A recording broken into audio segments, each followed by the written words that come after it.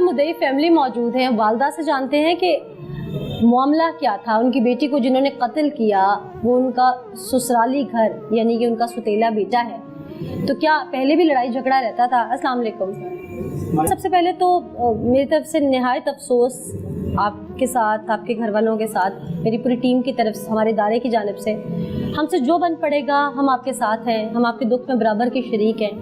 हमारे अल्फाज आपकी बेटी तो वापस ला के नहीं दे सकते, लेकिन इतना ज़रूर यकीन है कि उस मकतूला को इंसाफ ज़रूर दिलवा सकते हैं। जो कुछ हुआ बहुत बड़ा जुल्म है। आपकी बेटी की शादी जिस घर में हुई उस घर में उसका इख्तलाफ रहता था, इस बात का आपको इल्म था या क्या मामला था? शादी उसकी घर में नहीं हुई, इसने गन पॉइंट पे शादी की है। खालिद ने आज से 10 साल पहले इसने गन पॉइंट पे शादी की है। आपकी बेटी की उम्र क्या थी इस वक्त?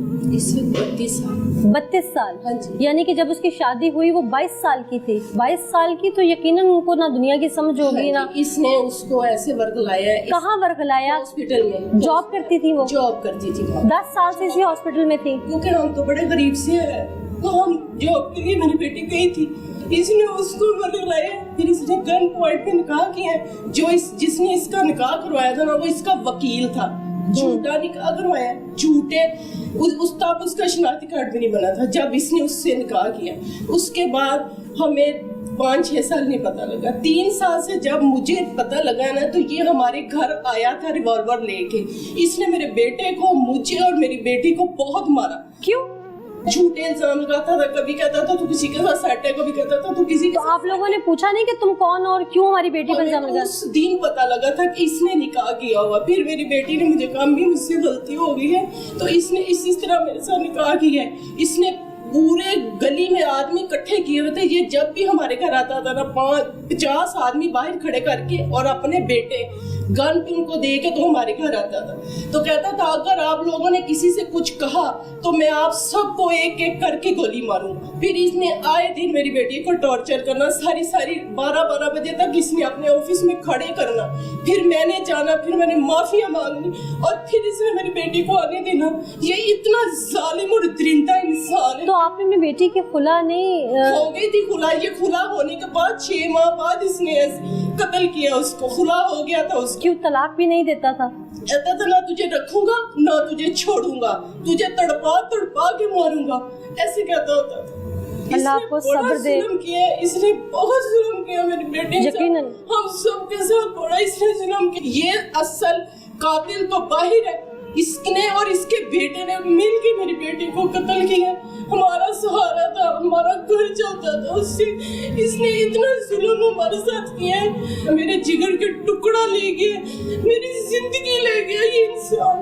हमारी कमर तोड़ दी ऐसे जालिम दरिंदे इंसान। और मेरे बेटे को भी आए दिन डराता था, कहता था जब मारूंगा तेरे भाइयों को चौक में गोली से मारूंगा। हमारे घर रिवॉल्वर लेके आता होता था। और ये हमारे साथ इस तरह इसने जुल्म किया है ना कि बस मैं चाहती हूँ कि हमें इंसाफ मिलना चाहिए। यकीनन आपको इंसाफ की हकदार है और अल्लाह सब्र दे।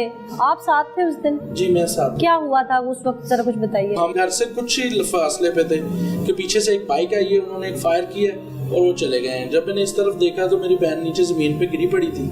6-7 दिन हमने हॉस्पिटल जना में उसको एडमिट रखा है। कहाँ गोली लगी थी? उसके सर पे, पीछे से सर पे गोली लगने के बाद भी 7 दिन तक वो जिंदा रही? जी बिल्कुल, वेंटिलेटर पे जना हॉस्पिटल में न्यूरो सर्जरी वार्ड में वो एडमिट रही है।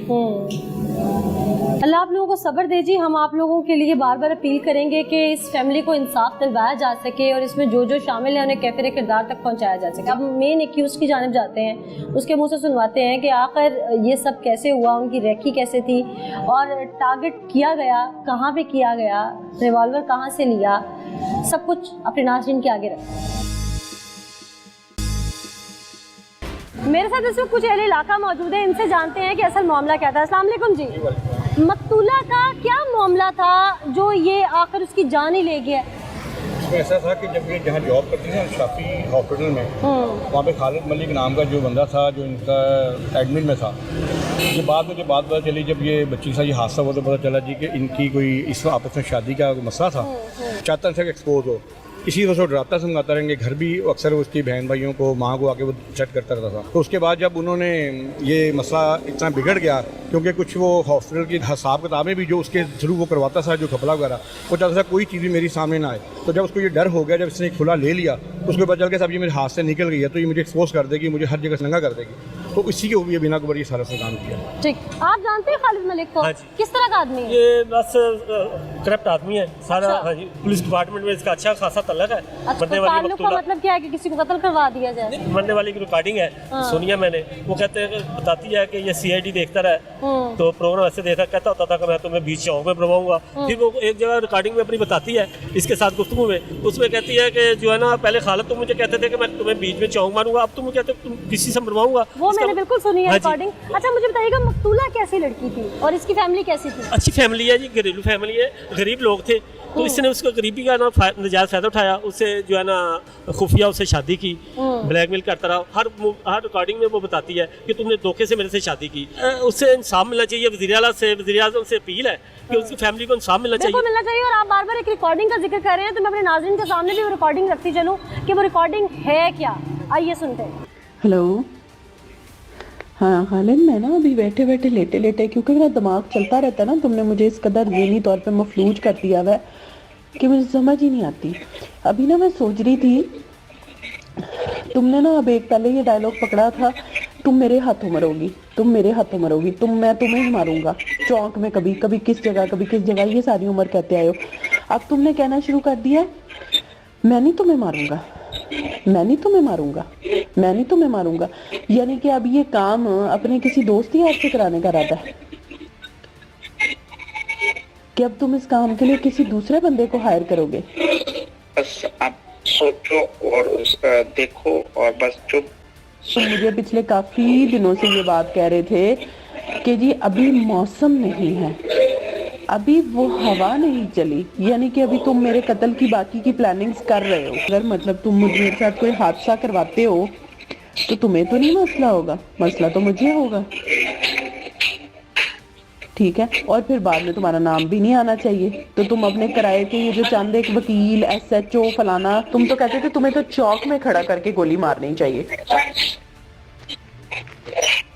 और तुम मेरे ही हाथों मरोगे। और मैं तुम्हें मारूंगा नहीं, मैं तुम्हें इस तो कभी टांगों में, तो कभी कहीं, तो कभी कहीं, ये सारी गोलियों की धमकियां तो तुम देते रहे। क्यों ये बातें कर रही हो अभी? मुझे रह रह के याद आती हैं खालिद, मुझे रह रह के बातें याद आती हैं। यही तो वो सारी बातें हैं जिनके ऊपर हम आज इस मुकाम पे खड़े हुए हैं। मर तो एक दिन जाना ही है, चाहे अगर खालिद की गोली से मरना लिखा है तो खालिद की गोली से ही मरना है। तुम खालिद की गोली से मरोगी। चलो अगर ये बात अब ठीक है कि खालिद अब कहता है खालिद की नहीं, खालिद के किसी रिश्ते की गोली से मरूंगी, ऐसे है? अगर तुम किसी को भेजो मुझे मारने के लिए और उसकी मुझ पे आंख आ जाए और वो बेईमान हो जाए, फिर क्या करोगे? वाह, कमाल करती हो। फिर क्या करोगे? यानी वो पहले आंख रखेगा फिर मारेगा, ये तुम्हारे ज़हन में आ नहीं, कोई बात नहीं, आते ही तो शूट नहीं कर देगा ना। तुझे क्यों मरवाना है मुझे? पहले क्यों मारना था? क्योंकि पहले जो तुम बातें करती थी अब तुम उस पे अमल पैरा हो। मुझे मारना क्या हासिल है? नहीं तो इसका मतलब सारी जिंदगी मुझे धमकियां दे दे के डराते ही रहे हो सिर्फ? नहीं। फिर नहीं, अच्छा फिर मुझे पता क्यों तुम्हारी धमकी नहीं लगती थी? पता क्यों? पूछो ना कि मैं उसको हकीकत क्यों समझती थी, पूछो। बताओ। उसको मैं हकीकत इसलिए समझती थी कि तुम 2 दफा मेरे घर पिस्टल लेके आ चुके हो। याद कराऊं कब याद कराऊं खालिद? तो मैं तब मेरी बात सुनो, तब चलाने के लिए था, ये भी ज़हन में रखो। तुम्हारी मेहरबानी, जियो और जीने दो के असूल पे काम करो, सही है? ये जो रिकॉर्डिंग है ये उन्हीं दिनों की है जब शूटर पकड़े गए हैं। वो बता रहे हैं कि हमें ये ना 2022 में हमें इसने हायर किया था, इसके बेटे ने, और उसी दिनों की रिकॉर्डिंग है, उसी दौरान की। कहते फिर हमारा कुछ वक्फा हो गया, फिर मैं वापस चले गया, फिर दोबारा इसने कॉल करके बुलवाया। ये सारी इसके बेटे के साथ प्लानिंग के तहत, इस जितना भी हुआ है सब प्लानिंग के तहत हुआ है।